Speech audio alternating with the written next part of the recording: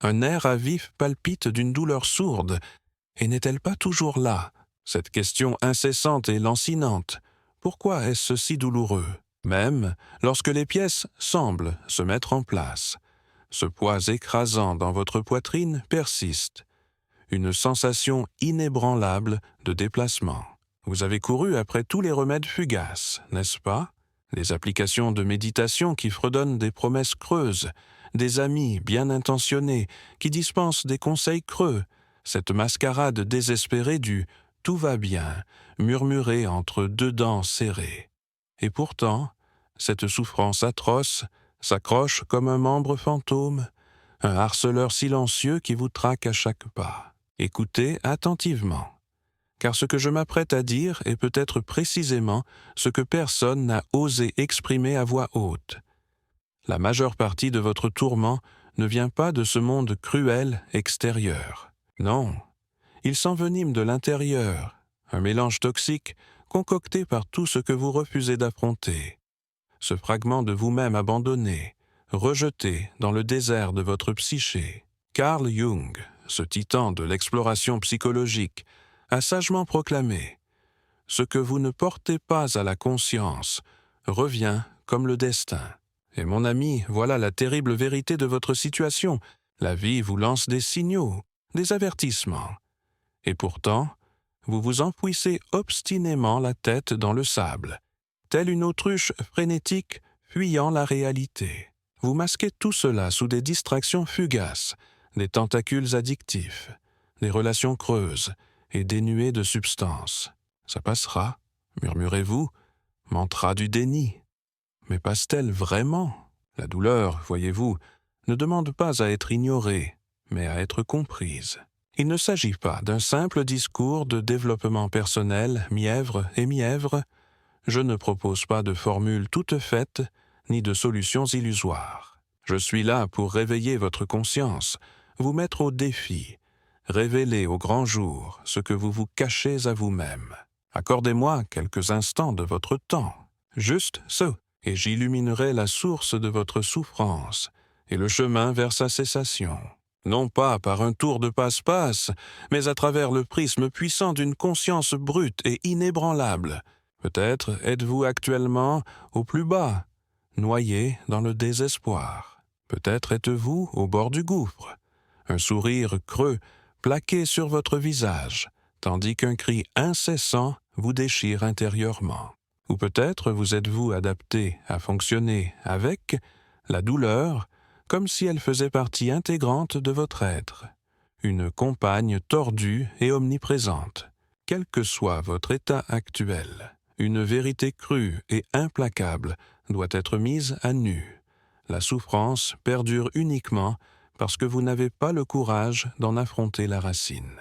Et Jung, cartographe des paysages les plus sombres de l'âme, a consacré sa vie à cartographier ce territoire. Il savait, avec une conviction inébranlable, que seuls ceux qui plongent tête baissée dans leurs propres ombres intérieures peuvent exhumer la lumière scintillante de l'authenticité. Par conséquent, si vous avez la volonté d'entreprendre ce voyage avec moi, je vous promets une chose. Au terme de cette exploration, vous en ressortirez irrémédiablement transformé, car ce que vous découvrirez ici a le pouvoir de remodeler fondamentalement votre compréhension de vous-même, de votre douleur et de votre liberté, tant recherchée. Commençons. Vous vous accrochez à la croyance que des forces extérieures sont les architectes de votre malheur. Un patron tyrannique, un partenaire peu solidaire, le poids écrasant des difficultés financières, les pressions sociales, les attentes écrasantes imposées par le monde entier. Et oui, ces fardeaux pèsent lourd, mais ce que vous n'avez pas encore saisi, ce que vous devez intérioriser maintenant, c'est que la véritable souffrance, celle qui vous paralyse et vous brûle dans une agonie silencieuse, naît d'une profonde déconnexion avec votre moi authentique. Jung soutenait que la tragédie la plus profonde de l'âme réside dans le fait de vivre une vie qui ne vous appartient pas véritablement. Et n'est-ce pas précisément ce que vous faites? Dès l'aube de votre conscience, Vous avez été endoctriné à vous conformer, à rechercher l'acceptation, à adhérer à des normes rigides. Et imperceptiblement, progressivement, vous vous êtes éloigné de votre être profond. Vous êtes devenu un personnage conçu pour apaiser, une marionnette dansant au gré des ondes d'autrui, pour éviter de provoquer des vagues de mécontentement. Vous avez étouffé vos désirs, réprimé vos émotions, ravalé votre rage, étouffé votre désespoir. Et maintenant, vous portez une douleur inexprimable, une douleur qui ne hurle pas, mais qui vous ronge inexorablement de l'intérieur. C'est l'agonie de ceux qui vivent dans un état d'aliénation, l'angoisse de se regarder dans un miroir et de croiser un inconnu qui vous regarde. On s'est habitué à jouer le rôle qui lui est assigné. Mais l'âme ressent, elle perçoit la vacuité de vivre dans le mensonge, et elle se met à gémir dans le langage de l'anxiété, de l'insomnie, de l'apathie et de la culpabilité. La douleur émotionnelle sonne comme un signal d'alarme pour l'âme, signalant une profonde trahison de soi. Ne vous y trompez pas. Ce n'est pas l'échec qui inflige les blessures les plus profondes. C'est la fausse construction que vous avez construite autour de ce que vous devriez être. Ce n'est pas la solitude qui vous transperce le cœur. C'est le vide de ne plus reconnaître la personne que vous êtes une fois mise à nu. Ce n'est pas l'autre qui inflige la douleur. C'est vous, chaque fois que vous abandonnez votre moi authentique pour maintenir une façade. Et tant que ce schisme persistera, la souffrance perdurera, car vous tentez désespérément de panser une blessure extérieure alors que la véritable source s'envenime intérieurement. Mais c'est là le nœud du problème. Cette douleur est un avertissement, pas une condamnation. Jung soutenait que la souffrance marquait le début d'une profonde transformation. La douleur existe pour vous guider vers votre moi authentique.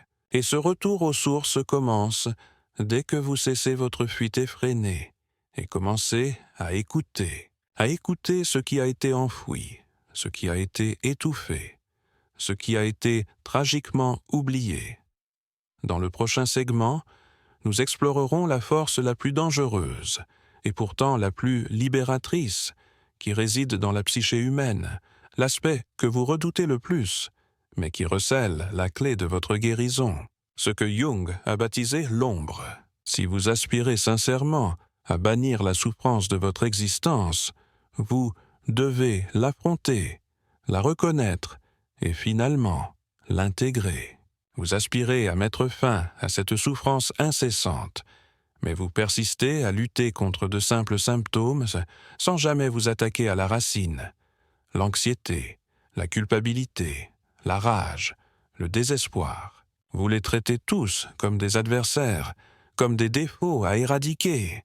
Mais ce que vous ne parvenez pas à saisir, ou peut-être que vous rejetez consciemment, c'est que le véritable ennemi ne se cache pas à l'extérieur. Il se terre à l'intérieur, silencieux, caché. Là réside le véritable danger. Jung a surnommé cet aspect caché l'ombre. Et ne vous y trompez pas, tout le monde porte une ombre, y compris vous. L'ombre incarne tout ce que vous avez refoulé, dissimulé ou renié en vous. Vos désirs inacceptables, vos émotions interdites, votre fureur contenue, votre sexualité étouffée, votre ambition déguisée en humilité, vos peurs que vous feignez de ne pas posséder. L'ombre prend forme à partir de ces facettes de vous-même que vous jugez indésirables ou inaccessibles. Mais elles demeurent, bouillonnant dans l'obscurité. Et plus vous les ignorez résolument, plus elles exercent leur emprise sur vous. Réfléchissez à ces moments où vous avez explosé de manière irrationnelle, saboté une opportunité exceptionnelle ou brutalement mis fin à une relation saine sur un coup de tête inexplicable. C'est là que l'ombre se cache. Elle s'infiltre furtivement dans vos pensées, manipule vos émotions, façonne vos décisions, tout cela à votre insu. Jung a déclaré avec sagesse « Tant que vous ne rendrez pas l'inconscient conscient, il dirigera votre vie et vous l'appellerez le destin. » Attribuez-vous votre souffrance au malheur, au karma, à l'injustice? Peut-être est-ce simplement votre ombre qui tire les ficelles, et elle perpétuera son emprise jusqu'à ce que vous l'affrontiez de front. Le défi réside dans le courage nécessaire pour affronter l'ombre, car cela implique de reconnaître des aspects de soi-même que l'on cherche désespérément à nier. Vous serez obligé de vous regarder dans le miroir et d'affronter ce que vous avez toujours cherché à dissimuler. Vous devrez abandonner le rôle de victime et admettre qu'un monstre réside en vous, mais un monstre qui est aussi intrinsèquement humain, intrinsèquement vous. Mais voici le point essentiel. L'ombre n'est pas votre ennemi. C'est simplement un fragment de votre âme exilée, et comme tout élément banni, elle recherche simplement reconnaissance, compréhension et intégration. Jung ne prônait pas l'effacement de l'ombre. Il préconisait de l'accepter, de la transformer en force, en conscience, en énergie puissante, car ce que l'on rejette nous diminue, tandis que ce que l'on intègre nous libère. Dans la section suivante, vous découvrirez comment gérer cette ombre maintenant qu'elle se dévoile à vous. Nous explorerons le chemin du courage, les prémices d'une véritable guérison, et comment faire le premier pas vers la reconquête de votre âme fragmentée. Car reconnaître l'ombre n'en est que la genèse. C'est ce que vous en faites qui précipite la véritable transformation. Vous avez parcouru un long chemin, affronté la vérité troublante de votre déconnexion, scruté les profondeurs de votre ombre. Arrive maintenant le moment crucial, la confrontation elle-même. Comprendre les causes profondes de votre souffrance ne suffit pas. Comprendre est le point de départ, mais guérir exige de l'action, courageuse, crue et souvent atroce. Car maintenant, vous devez entreprendre ce que la plupart n'osent jamais, traverser votre enfer intérieur, les yeux grands ouverts. Jung était catégorique. Le chemin vers l'identité personnelle serpente sur un terrain que peu ont le courage de parcourir. Et ce courage ne réside pas dans l'absence de peur, mais dans le mouvement malgré elle. Affronter l'inconscient implique de naviguer dans un univers obscur où l'on renonce à tout contrôle. C'est se débarrasser du masque, se défaire de la cape de la victime et reconnaître qu'une part de soi contribue activement à sa propre souffrance. Cela exige une honnêteté sans faille envers soi-même. Cela exige de cesser de se mentir à soi-même. Mais concrètement, que signifie affronter l'inconscient? Cela signifie entamer le processus d'écoute de ce que votre corps vous crie, lorsque votre esprit refuse obstinément d'écouter. Ce nœud à l'estomac lorsque vous êtes en compagnie de la mauvaise personne. Cette sensation de serrement dans la poitrine qui s'abat lorsque vous acceptez une nouvelle situation qui vous dégrade. Cette fatigue inexplicable qui refait surface chaque fois que vous forcez un sourire artificiel. Tout cela est l'inconscient qui s'efforce de vous sauver et non de vous détruire. Vous pouvez commencer par de petits gestes, documenter vos rêves, observer vos déclencheurs émotionnels, réfléchir à des schémas récurrents depuis des années. Chaque moment qui vous perturbe est porteur d'un message voilé. L'inconscient communique par symboles, et votre tâche actuelle est de les déchiffrer, sans précipitation, sans jugement, mais avec une présence consciente, avec une réelle volonté de vous écouter, non pas pour vous dorloter, mais pour vous confronter à vous-même. L'un des moyens les plus efficaces pour y parvenir est d'écrire profondément et sans complexe. Prenez le temps chaque jour d'écrire comme si vous vous avouiez vos secrets les plus sombres. Racontez ce que vous avez honte de ressentir, ce que vous avez peur d'admettre, ce que vous n'avez jamais osé exprimer à voix haute. Car lorsque ces mots s'échappent de la prison du silence, ils perdent leur pouvoir de vous consumer. Un autre outil indispensable est le miroir thérapeutique, que ce soit avec un psychologue ou une personne qualifiée pour vous aider à interpréter les signaux émis par votre esprit.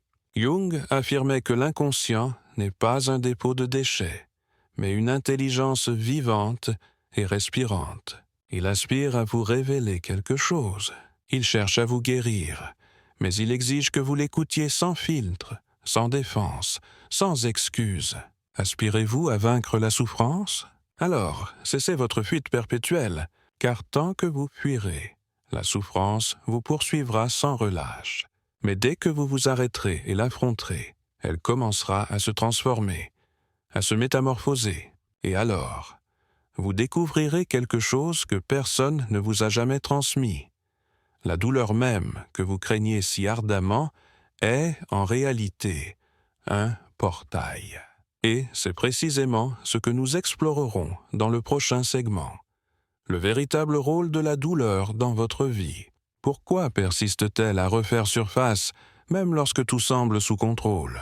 Et surtout, comment peut-elle devenir votre alliée la plus redoutable sur le chemin de la libération? Êtes-vous prêt à découvrir la réponse? Alors, poursuivez votre voyage avec moi. La plupart des gens passent leur vie à tenter d'éradiquer la douleur. Ils prennent des médicaments, se laissent distraire, s'engagent dans des relations superficielles, recherchent la gratification immédiate, accumulent les réussites et publient des messages joyeux. Tout cela dans une tentative désespérée d'échapper aux émotions. Mais voici une vérité que personne ne veut entendre. Tant que vous vous efforcez d'éliminer la douleur, elle vous poursuivra avec ténacité. Car la douleur n'est pas faite pour être éteinte, elle est faite pour être écoutée. Jung considérait la souffrance non pas comme une faille dans le grand dessein de la vie, mais comme un appel à la transformation.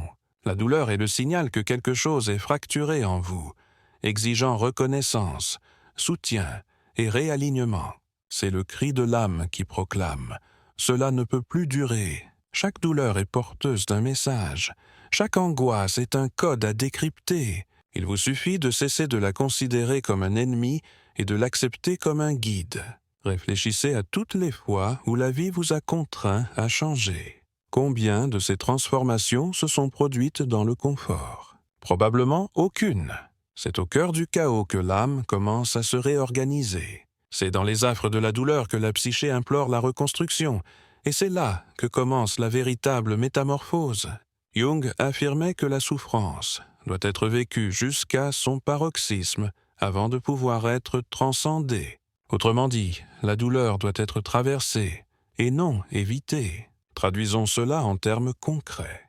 Imaginez un individu qui consacre son existence à nier ses propres besoins pour apaiser les autres, toujours disponible, toujours souriant, toujours disposé à acquiescer. Progressivement, cette personne commence à ressentir de l'anxiété, une fatigue profonde et un découragement inexplicable. Elle consulte des médecins, subit des examens, prend des anxiolytiques, mais rien ne résout le problème, car le corps exprime ce que l'esprit refuse d'accepter. Vivre dans le déni de sa propre vérité est une souffrance, et cette souffrance persistera jusqu'à ce qu'elle cesse de se tromper elle-même. Autre illustration. Un individu qui gravite constamment autour du même schéma relationnel, interagit constamment avec des personnes émotionnellement indisponibles, se sent constamment rejeté et finit invariablement par ressentir un sentiment d'inadéquation. Cette douleur n'est pas un simple malheur, c'est un reflet, c'est la vie qui nous démontre sans cesse qu'une vieille blessure, peut-être née dans l'enfance, a besoin d'être guérie. Et tant qu'elle ne sera pas traitée, la souffrance continuera de nous rappeler avec force ce souvenir poignant. Lorsque vous commencez à considérer la douleur comme un langage symbolique, tout bascule. Ce qui apparaissait autrefois comme une punition se révèle comme une boussole. La douleur commence à éclairer le chemin. Et aussi paradoxal que cela puisse paraître, vous réalisez que la souffrance, écoutée avec une attention méticuleuse, peut être le catalyseur le plus puissant de la guérison, car elle vous oblige à vous arrêter, à observer, à changer. Et c'est là que la responsabilité entre en jeu, car vous comprenez maintenant qu'ignorer la douleur revient à vous ignorer vous-même. Fuir la douleur revient à vous abandonner. Mais si vous avez l'audace de l'écouter avec humilité, présence et curiosité, elle vous conduira vers un royaume dont vous ignorez peut-être l'existence, un royaume où règne la tranquillité. Non pas parce que le monde est impeccable, mais parce que vous êtes enfin entier. Dans le prochain segment, nous explorerons cet univers, l'autre face de la douleur. Que se passe-t-il lorsque vous cessez de résister et commencez à intégrer tout ce que vous avez rejeté en vous? La véritable guérison ne réside pas dans l'absence de douleur, c'est dans sa transformation en conscience profonde. Et c'est ce qui vous attend. Après tant de conflits intérieurs, arrive un moment charnière où quelque chose bascule, non pas brusquement, ni avec fanfare, ni révélation spectaculaire, mais subtilement et profondément, comme une douce brise à peine perceptible.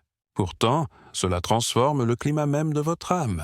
C'est le moment où vous cessez de résister, et pour la première fois, peut-être de votre vie, vous commencez à vous sentir entier. Mais après tout, que signifie devenir entier? Cela signifie accepter tout ce que l'on est, y compris les aspects de soi que l'on déteste le plus.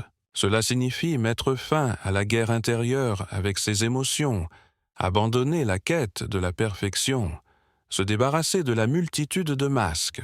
C'est lorsque l'on comprend que sa colère, sa peur, sa tristesse, sa honte, tous ces éléments que l'on a passé sa vie à dissimuler, font partie intégrante de son existence. Et lorsque l'on les intègre au lieu de les rejeter, un miracle se produit. La souffrance commence à se dissoudre.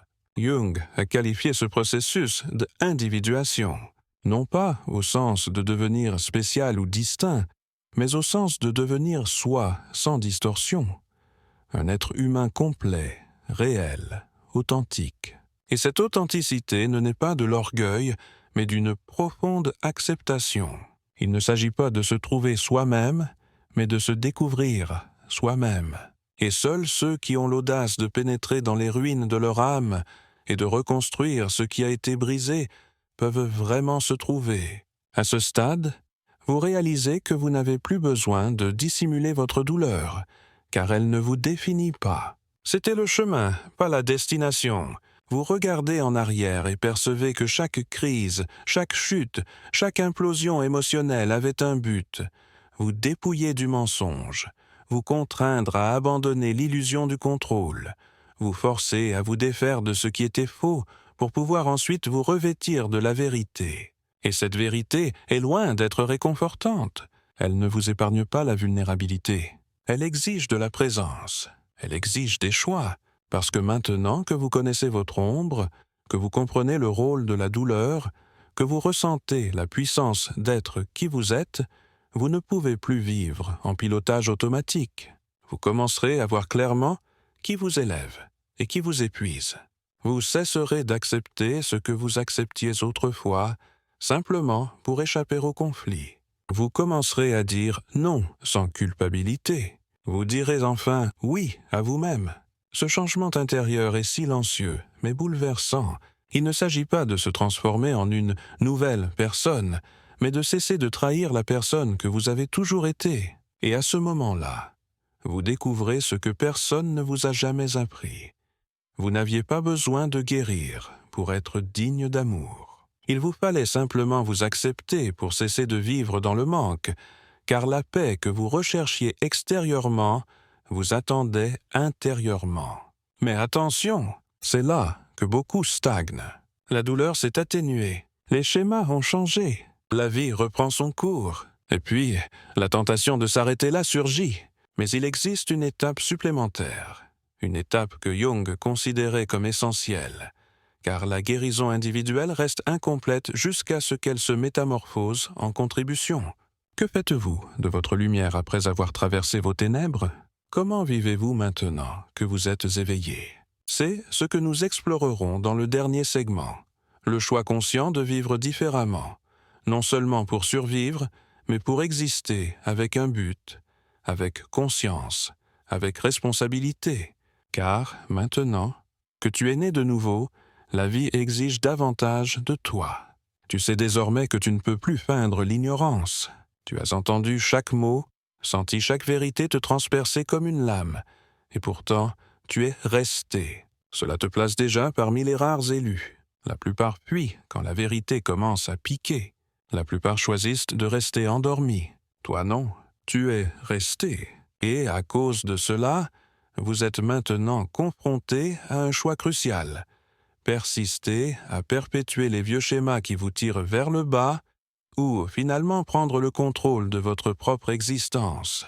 Peu importe combien vous avez souffert, peu importe ce qui vous a été infligé, ce qui compte, maintenant, c'est ce que vous allez faire de tout cela. Parce que la douleur que vous portez depuis des années peut se transformer en force. Le vide que vous tentez de combler avec tout et tous peut devenir un silence fertile. Et les traumatismes qui vous ont marqué ne sont pas forcément une prison. Ils peuvent servir de tremplin vers votre plus grande libération. Mais comprenez bien une chose cruciale. La conscience que vous avez éveillée ici a un prix. Car une fois que vous avez vu, vous ne pouvez plus ne plus voir. L'ignorance n'est plus un refuge confortable.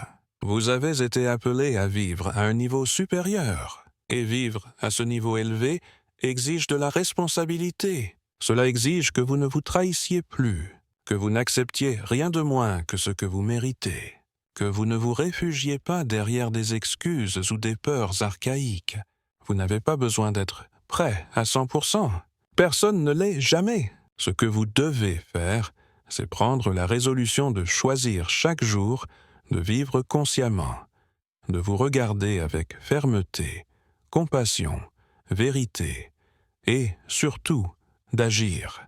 Car la connaissance sans action n'est qu'une autre forme d'auto-illusion. Jung affirmait que l'individuation, ce processus d'intégration, est une odyssée qui dure toute la vie. Et aujourd'hui, peut-être, a-t-il marqué votre premier véritable pas sur ce chemin. Peut-être, pour la première fois, avez-vous compris que vous n'êtes pas brisé. Vous êtes en devenir, en construction.